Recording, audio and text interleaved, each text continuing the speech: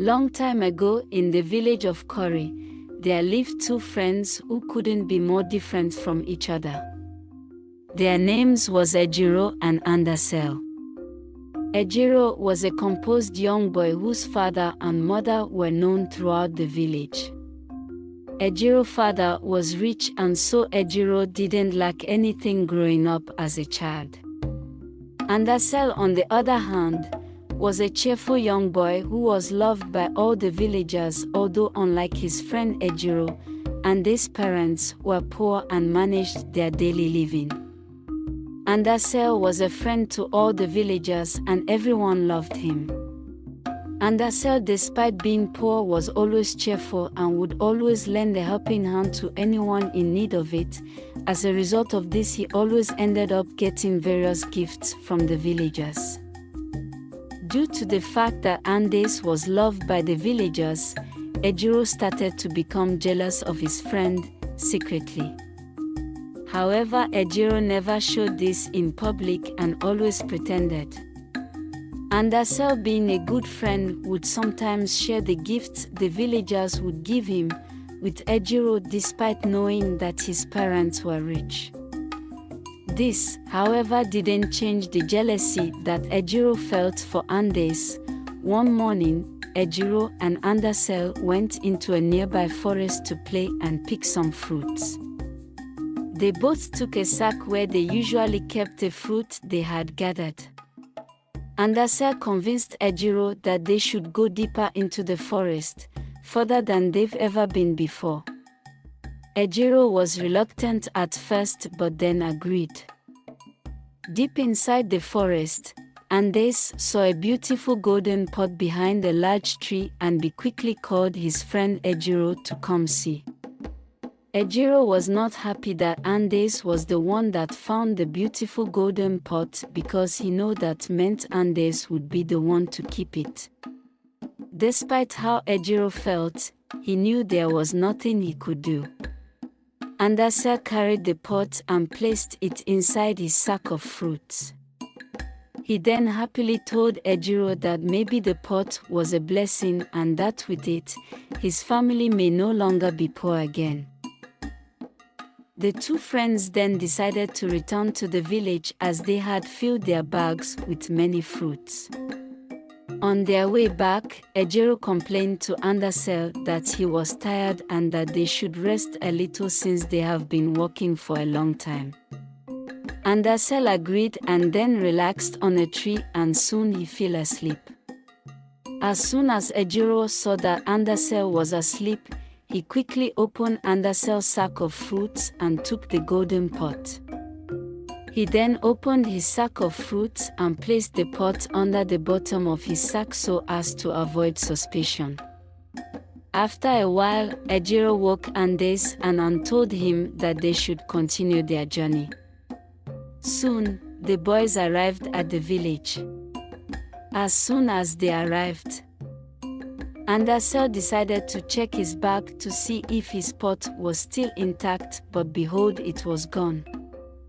Ejiro then comforted ANDASE and told him that someone might have seen their sack while they were both asleep and decided to steal the pot since it was more valuable than the fruits they had plucked.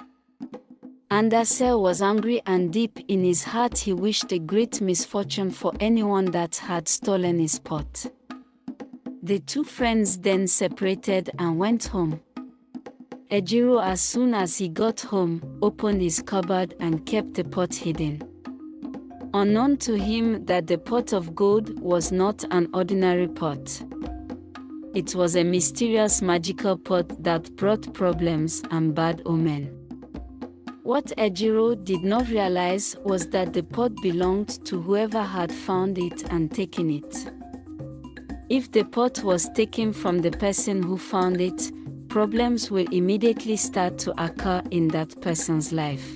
It didn't take very long. Ejiro was eating a delicious food that one of the servants had cooked when suddenly his father returned home looking disoriented and frustrated. The servants were worried and asked what had happened. Ejiro's father then told them that there was an accident in two of his biggest farms and that they had caught fire and that all the crops and livestock were destroyed. As though that was not enough, Ejiro's mother suddenly came through the door crying and weeping on the floor. She also had a terrible story. Her shop in the market where she sold to villagers had also got burnt by a mysterious fire she could not explain. Also, Ejiro's older brother, who happened to cater for one of his father's crop shop, also came running home with a disastrous story. Later that evening, Ejiro's parents, older brother and Ejiro went to a native priest to consult and ask why bad things were suddenly happening to them. The native priest told them that a member of the family had knowingly brought an item into the house that didn't belong to them without the owner's consent. The native priest told them that unless the item was returned, things will continue to go bad. As soon as the native priest finished his words, Ejiro's mind quickly went to the pot he had stolen from ANDASE. As Ejiro family returned home, Ejiro's father warned everyone that they should all be sincere with themselves and heed the words of the native priest in order not to bring more problems to the family. Later that night, when everyone was asleep, Ejiro woke up to check his cupboard where he had earlier kept the golden pot.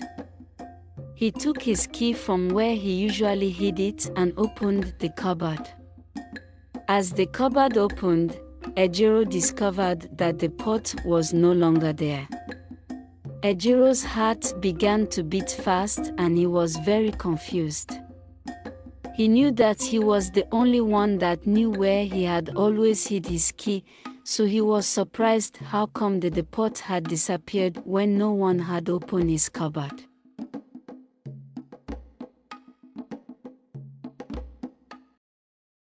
Ejiro woke up from bed the next morning. He was not sure of when he had gone to his bed. The only thing he remembered was that when he and his parents came home the previous night from the native priest, he had checked his cupboard to look for the pot, but somehow it was nowhere to be found. It was morning time and now he began to panic. Ejiro did not want any more calamity to befall him or his family. He had allowed the jealousy of his friend to cause his parents' demise. His father had lost 2 of his good farmlands and his mother had lost one of her shop. Ejiro knew if the pot continued to stay in the house, more problems would continue to happen. Ejiro then decided to open the cupboard he had kept the pot, and to his greatest shock, the pot was in the cupboard. Ejiro was confused as he remembered that it was not there when he had returned home before. He then concluded that the time when he was looking for the pot in the night must have been a dream, and that was why the pot was not there. Ejiro quickly took the gold pot and wrapped it in a cloth and ran all the way to ANDASE's house. As soon as he got to ANDASE's house, he gave him the pot and told ANDASE that he should forgive him for carrying the pot and that he had been a bad friend all this time. Ejiro, however, did not tell ANDASE about what happened to his parents, as he felt that that was his own problem to bear, and since he was the one that stole the pot in the first place, he didn't have to make ANDASE pity him for his own mistake. ANDASE hugged Ejiro and told him that he had forgiven and that they would remain friends. He then told Ejiro that the main reason he had wanted to keep the pot was because he had his family were poor and so the pot would mean much more to them. Ejiro told ANDASE that the pot would bring fortune to him and that he should not let anything happen to it. Later that afternoon, ANDASE was feeling very hungry. He had already kept the pot in his cupboard and was not really sure what he should do with it. He knew that he needed to sell the pot and get money to give his parents, but something about the pot made him unable to carry out the decision. ANDASE then decided to go to his bag of fruits that he and Ejiro had gathered when they went for their forest hunt the previous day. He ate the fruit but was not satisfied, but he knew there was nothing more he could eat. He needed to wait for his parents to come home before anything else could be eaten. Later that night, when ANDASE's father returned from the farm, he told everyone that he had a shocking but exciting news. He told them that while farming in his farm, he happened to come across a small pouch while he was digging and that he found some golden jewelry inside. It sounded too good to be true. The whole family rejoiced when all of a sudden ANDASE's mother fell to the ground. ANDASE's father quickly rushed to help her. ANDASE's mother then confessed that she suddenly felt weak and tired all of a sudden. ANDASE's father then asked his wife to go rest and lie down, that she was probably feeling dizzy because she had been working all day. The next day, ANDASE's father had bought a lot of items in the house after selling the golden jewelries. Everything suddenly changed and ANDASE suddenly felt what it was like to be in a rich family. Everything was good. There was only one problem: ANDASE's mother's sickness had gotten worse. The sickness was getting more worse as the day went by. ANDASE's father, now having money, bought his wife the best herbal medicine in the land, but the sickness didn't seem to be improving. The sickness of his mother began to worry ANDASE, but he didn't know what to do. He knew his mother was not the type to fall sick. His mother was an agile and hardworking woman. ANDASE's mind began to think about the golden pot that he brought home. He had a thought that maybe the pot was the problem because he knew that the night he carried the pot was when everything started. Still, everyone was happy that ANDASE's father was doing well, his mother, his sister and himself included. ANDASE feared that if he decided to do away with the pot, things may go bad and his mother might also still remain sick. For all he knew, maybe his mother's sickness had nothing to do with the pot. The next day, ANDASE went to tell Ejiro about what had been happening to him since he got the pot. Ejiro, who had repented from his jealousy because of the encounter with the mysterious pot, was happy for his friend.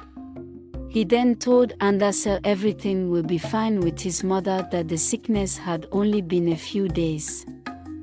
The two friends then played for a while before ANDASE told Ejiro that he needed to return home to stay with his mother and his little sister. That evening, before Ejiro's father returned, Ejiro's mother's illness intensified and became much worse. Her body became hot and she complained of a terrifying pain. As Ejiro's father returned that night, he announced to his family that he had found another pouch of gold jewelries in his farm and that he would hire some servants to go to the next village, which was more known for powerful medicinal herbs, so that Ejiro's mother would be treated and become well. The next morning, ANDASE told his little sister that she should look after their mother, that he was going out to buy something. As Ejiro went out and returned, he couldn't find his little sister in the house. He then asked his mother if Busy had gone out. ANDASE's mother told ANDASE in a weak voice that maybe she had gone out to play. ANDASE thought it was strange that Busy would leave their sick mother and go out to play.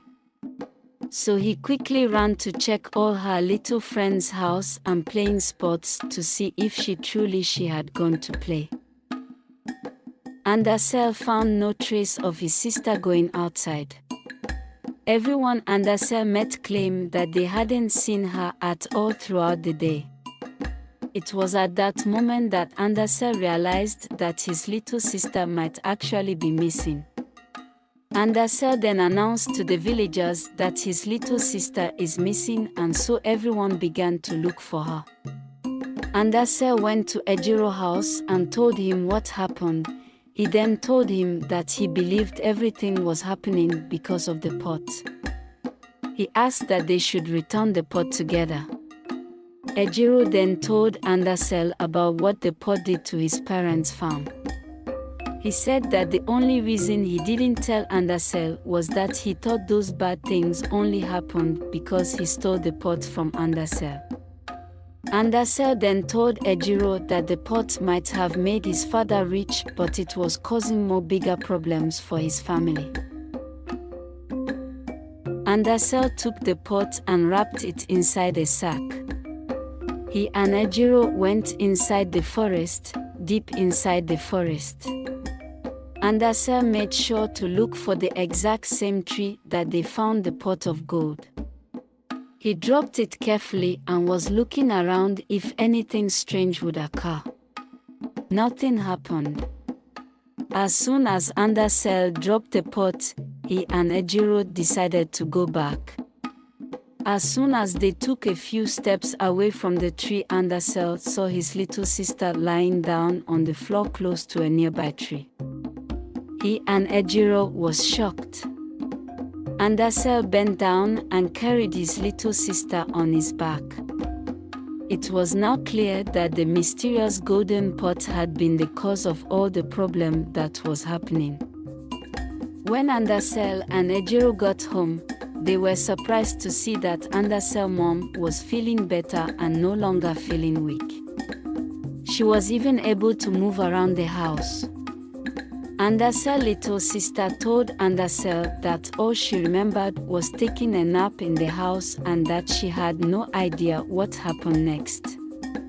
ANDASE decided not to tell her or his mother that he found her in the forest so that they wouldn't begin to worry and try to unravel how that came to be. It was only Ejiro and ANDASE that knew the truth. ANDASE then told Ejiro that despite the fact that he was the one who found the pot still brought bad omen in disguise to his family and also mysteriously took away his sister. He further said to Ejiro that they should go into the forest and bury the pot so it doesn't cause harm to anyone in any way. As ANDASE and Ejiro got into the forest and went to the tree where they saw the pot the first time and where they had carefully returned it, they found out that the pot and the tree was no longer there. Both friends in shock then decide to return home, praying that they never have to come across the mysterious pot of problems again.